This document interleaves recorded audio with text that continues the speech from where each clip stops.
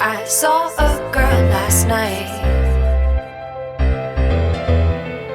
She was standing in the light in a corner of the room. She was waiting for a hand. What's going down, everybody? Welcome back to another episode of Holmes Hobbies Motor Control. It's your boy Josh, aka Coleman, and we're back on the workbench. That's because I'm trying to kill two birds with one stone. Basically, we need to get some Axialfest builds done, and I need to get some Holmes Hobbies Motor Control episodes done. So we're gonna install some Holmes Hobbies electronics in my Axialfest builds. Well, in one of them. One of them I'm not showing you guys yet, but this one I'm going to show you guys. So this is my, let me take the seat out of the back there. This is my XJ build that I'm working on. It has a long ways to go, so you know, feel free to judge me. Obviously, I do a lot of that myself with Scale Wars, but this is what's going to be my XJ build. Actually, let me get the dash out of there too. And I'm actually pretty excited about it. I've had this for quite a while now. It's an Axial SCX 10.2. I've did a leaf spring conversion on the rear. Everything's not finished. It's not even tight. It doesn't have all the bolts in it or anything yet. I mean, it's basically in mock-up stage. But it, you know, you get the idea. You get the gist of it. There we go.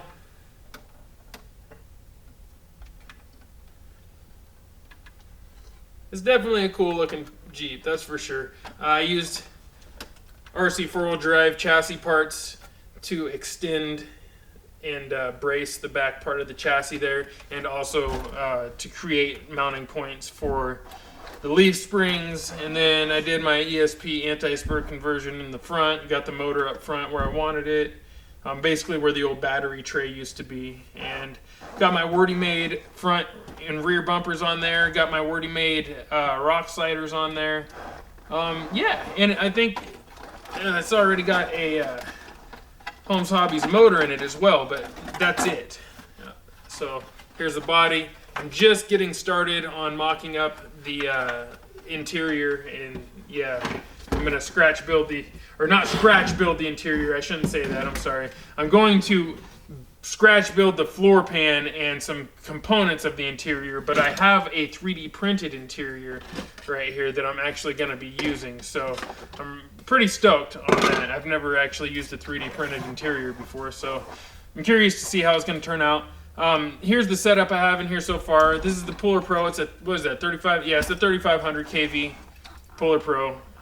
We installed that in an earlier episode, and then we just kind of moved on. We haven't gotten back to it. Other than that, everything's still stock. I still need to adjust the pinion angle and some things like that. But yeah, it's a pretty cool build, man. I think it's going to be a performer. You know, it's not going to be a crazy build. You know, I'm definitely not going to be comping with it. But it's going to be a really, really good performing rig. I'm really into the overlanding theme right now. So that's basically what I'm trying to do, is build an overlander here. Still need some work though. I gotta figure out some sort of mounts for this front bumper because it still wiggles around on me. Just trying different things. Alright, so what we're gonna do today, if you haven't figured it out by now, is we're gonna install a Holmes Hobbies BLS SHV500 servo. These are phenomenal servos. I use them in literally like almost every one of my rigs has one of these now. There's still a few that don't, but I love this servo. This is by far my favorite servo to date. All right, so that being said, let's go ahead and get started. Oh, first things first, let's get some tools down here. I think I grabbed the wrong one. All right, so right now I have the factory servo in here.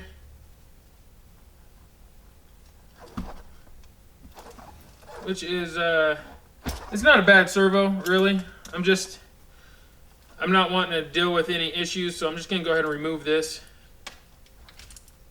There we go. Then I'll still need to disconnect the servo horn.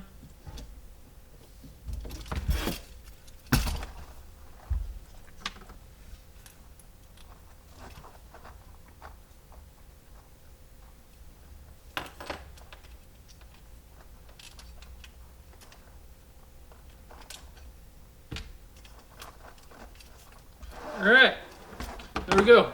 Old servo is out. This is a Tactic TSX45 metal gear servo, factory from Axial.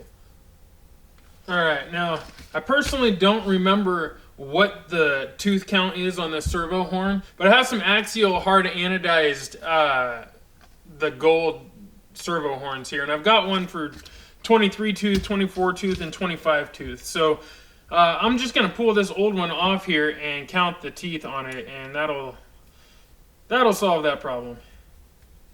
Definitely don't want to use this. Well, I mean, I use the plastic ones with these servos, or with the Holmes Hobbies servos, but they don't last all that long. I mean, they're pretty high quality these days, but they're just not the same as running one of these hard anodized aluminum ones. So, looks like it's a 25 tooth. So, boom, set these bad boys back on the wall, and we're going to use this. It's an AX30836 servo horn. It's this little guy here. They're good looking. I don't know why, I kind of like the gold, honestly. Plus it goes with this year's Axialfest theme, which is Prospector Fever, so kind of works out. All right.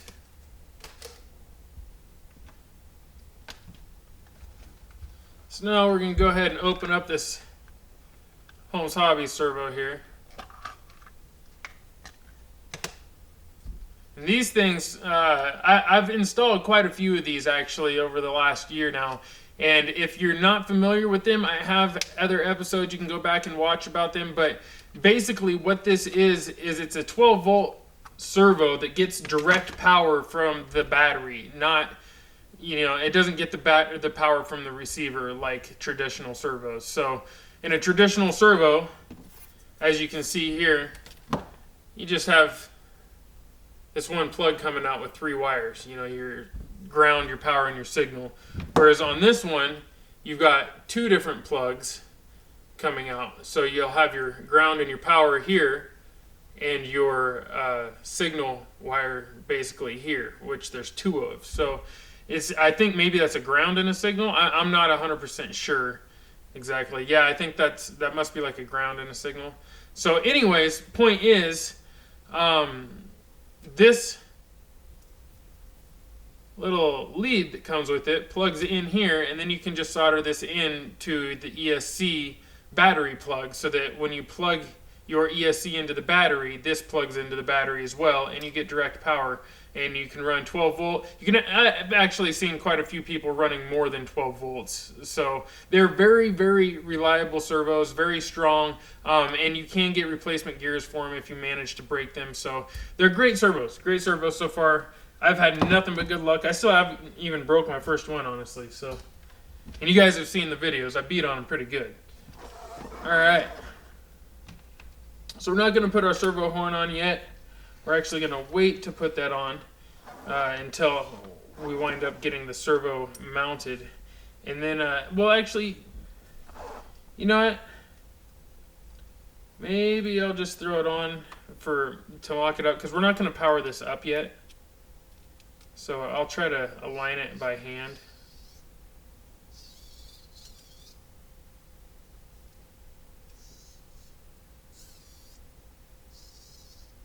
That feels like the center point. It actually has a...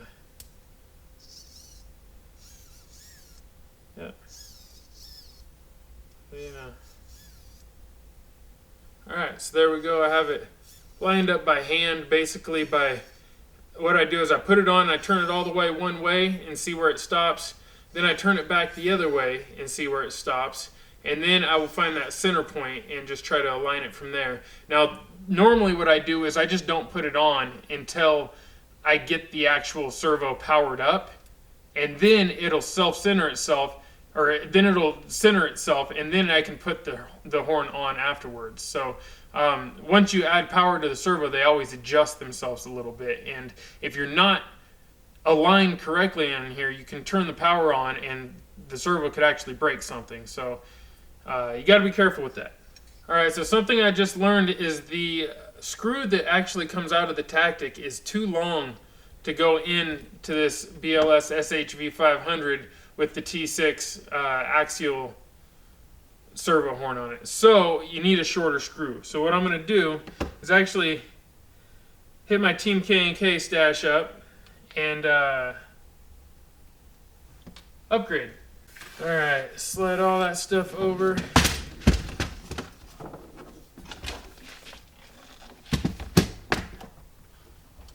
Now let's try this again. There we have it.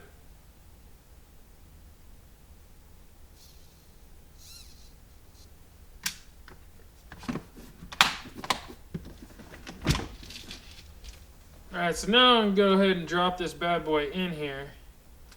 Hopefully, I got it on the right direction. Go ahead and route the wires to the back so they're out of the way. Then basically just go ahead and replace the screws where they were. Alright. There we go. Now it's all in place. Go ahead and make sure these wires are routed using the original factory wire holders that come on this SCX 10.2. Alright, and there we have it. All the wires are ran back using the original mounts. As you can see here, locks in perfectly. Now I just need to line up that drag link with the servo horn and we should be good to go. Alright, so there we have it, everybody. It is installed. SHV 500 and an axial SCX 10.2 with the front motor mount conversion, and we have full lock from side to side. I'm excited. Can't wait to see how this performs. I've got a lot more work to do though, so we're going to go ahead and get up out of here. You guys, thank you very much for tuning in to this week's episode of Holmes Hobbies Motor Control. We'll be back next week with another episode. See you then. Peace, chicken grease. Yeah.